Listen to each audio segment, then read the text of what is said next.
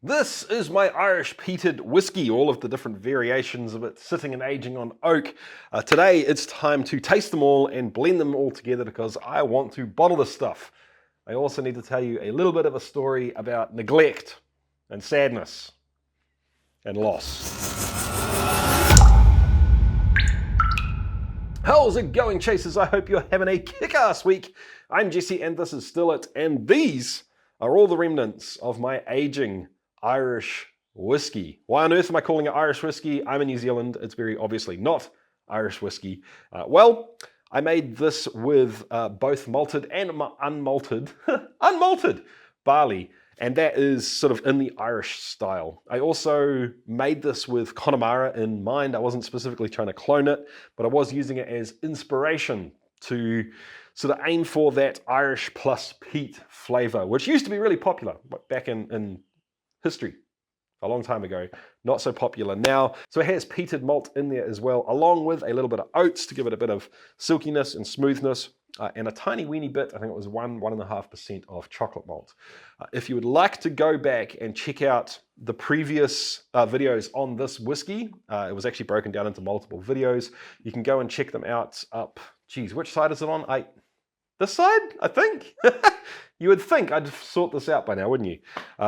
Just be aware, guys, that is small beard Jesse, little tiny beard. I don't know what I was thinking back then. And also some pretty crappy production value. I've already gone through and tasted all of these and taken notes. I've got them stuck here to help me out with this, so I'm not going to put you through that. But what I do want to do is get these, what I can, out of the jars now, because, spoiler alert, I'm going to have to lose some of this whiskey. I'm going to get the stuff that I want to keep out of the jars, figure out how to blend it, and then get it bottled up. This jar here is going to be the backbone of the blend. It's sitting at 49% ABV, and it has been aging on toasted, not charred, American white oak.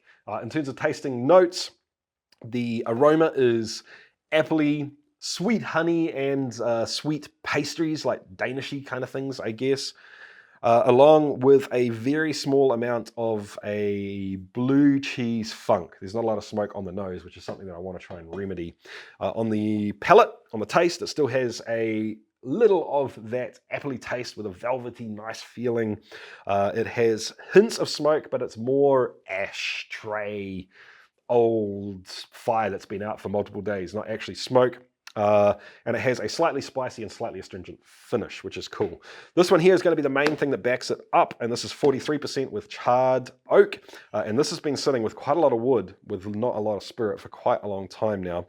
This is very, very dusty, oaky, old antique furniture kind of feeling stuff, but the chocolate, I'm not sure if the chocolate is from the specialty malt or whether it's from the wood, but there's a deep chocolatey caramel sort of flavor lingering in there as well. And it has an insanely long finish, which is that same antique oak and chocolate sort of lingering flavor, which I think is really good. This one is at 41%. Yeah, it's getting really low with charred oak, and this is more earthy and has more of that blue cheese funk. It has some of the dark, dusty characteristics of this, but not nearly as much.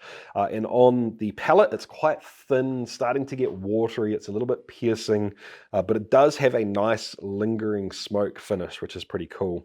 And also a little bit more tannin than the rest of these two, which I think might actually be a good thing.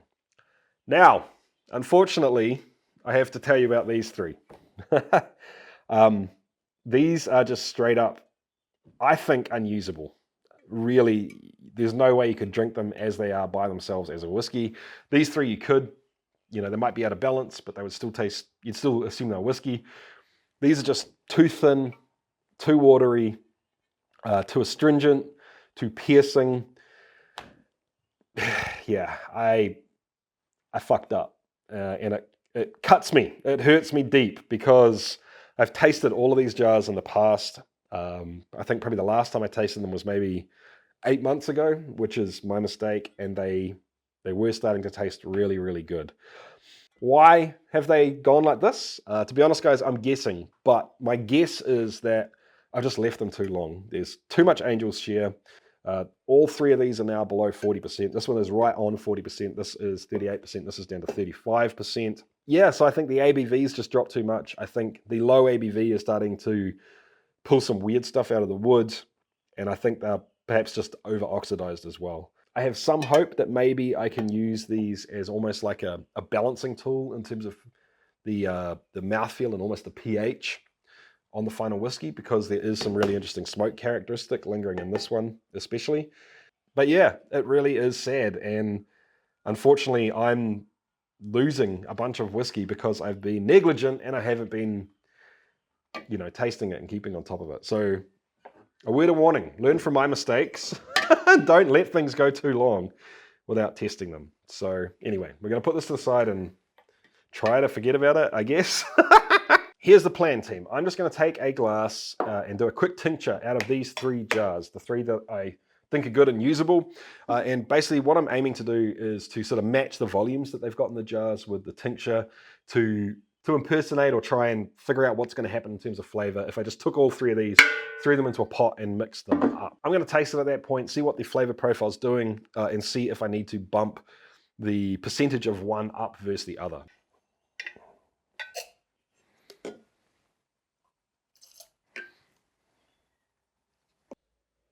That's not bad actually on the nose. I'm still getting the apple and the sweetness from this, but more of the dusty, grungy, deep, dark oak flavors from that guy. And that slight funk is coming through more from this guy here. So everything's kind of layering on top of each other.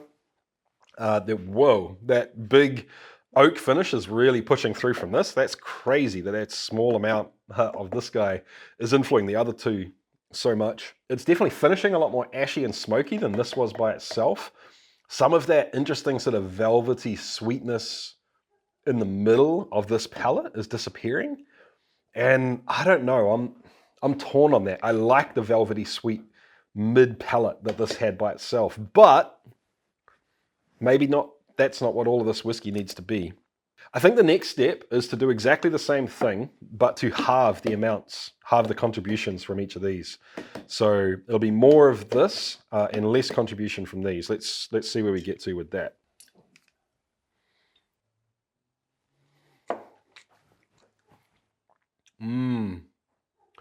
Okay, that's more intriguing to me. The first blend I did, the one that is, you know, if I just mixed all of these together, kind of drowns all of the good points of this jar out to me.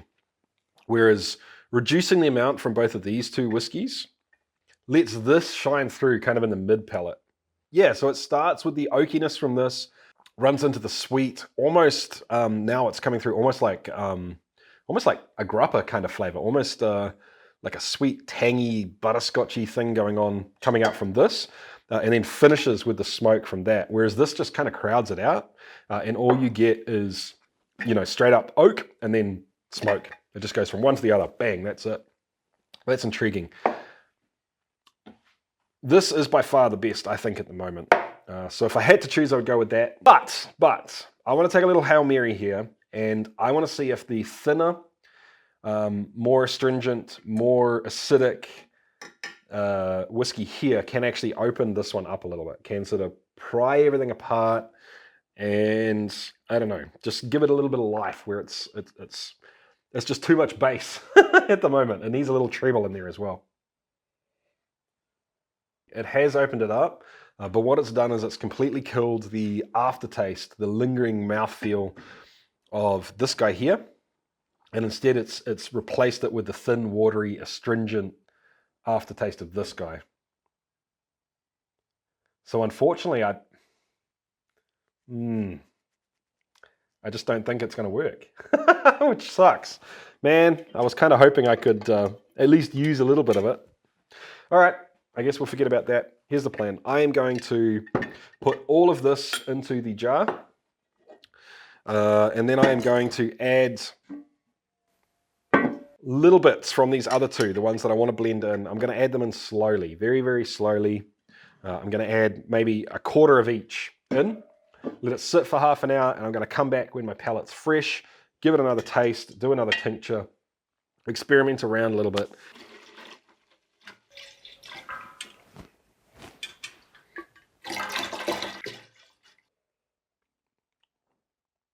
Yep, very, very similar to the tincture we made up. So what we're doing is working here. But do I want to change it? I could dial up both that antique furniture, dusty old oak, and the smoke and the more tannic finish. I could do that. But like I said before, that kind of crowds out that nice, soft, sweet pastry and honey thing going on in the middle. I don't think I really want to do that. If anything, I would probably want to dial up the slightly lighter, slightly more acidic, and slightly more astringent mouthfeel and finish. And to do that, that would be this guy here. That's my tool for that. So I have 2 glasses that are the same out of the pot. They're straight out of here. And what I'm going to do is just add a little bit more of this to this one. I'm not measuring it at the moment. I'm just doing it to see if the flavor works. If I like the flavor, I'll figure out, numbers later on. Okay, the nose is less impactful, I think, with this. It sort of mellows everything. It just pulls everything together a little bit more. It is really close. I like the tannin. I like the smoke. What I don't like is it just kind of waters everything else down. I mean, let's just try a Hail Mary here. Add a touch more of the, the old dusty oak into it and see if that can give it some more life. That's not bad, actually. You know what? I actually do kind of like that. I really do. But it has me thinking, what was my initial goal when I made this whiskey? My initial goal was to make a peated Irish whiskey. And this, to me, doesn't taste Irish at all. This, to me, tastes like an Irish whiskey sandwiched between a really woody Texas whiskey and a Islay whiskey. It has the initial presence of a Texas whiskey, which isn't surprising me because most of this oak is all new. The stuff that I wanted to use secondhand is down here and I can't use it, unfortunately. Has that sort of Irish thing in the middle, the softer, sweeter, more cookie-ish stuff in the middle, and then it finishes with the Islay peat. That was what I was aiming for. So regardless of whether or not this is nice, I think I probably just have to go with it as is. I'm leaving it as is. I'm not going to touch it. I think the initial blend was good for what it is, but it does beg the question, what would happen if I just threw the leftovers in together?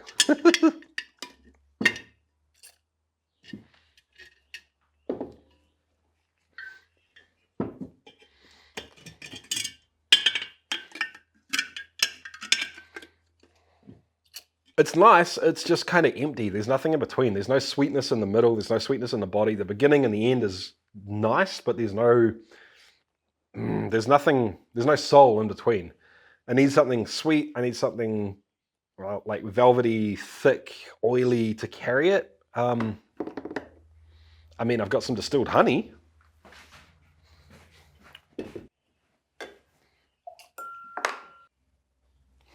No, that doesn't really work. I don't know, man. I don't know. The last Hail Mary for it is a little bit of tawny port. Just a smidge. Oh, yeah. That works. That really works. Oh, yeah, I drink that all day long.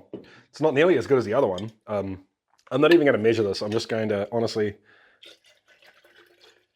It's actually not horrible. It's not great. It's not amazing. It's not as good as this. Not as polished, but I mean, I put it together in 4 minutes, so... Yeah, I'm happy with it. All right, guys, I need to say a huge thank you to the Patreons. Thank you so much, Patreons. Honestly, I can't do this stuff without you guys, so thank you. I really do appreciate it. All right, guys, so there you have it, team. This is sad. This hurts me. Man, if this sort of thing has happened to you, let me know. I don't know how to save this. I don't think I can save it. If it was too grungy and over-oaked and spicy and astringent and tannic, but it was still, full-bodied, thick whiskey, I could probably save it, or at least I could use it in other things. As it is now, I don't know, man. I don't think I can even use that. I guess I'll just throw it all together into a bottle, seal it up. I don't know. Maybe I'll find something to do with it later on. You guys let me know. Anyway, guys, if you enjoyed this video, give it a thumbs up. That helps me out a whole lot. Hit the like button down below and the subscribe button if you haven't hit it already. And I will catch you next time, guys. Keep on chasing the craft. See ya.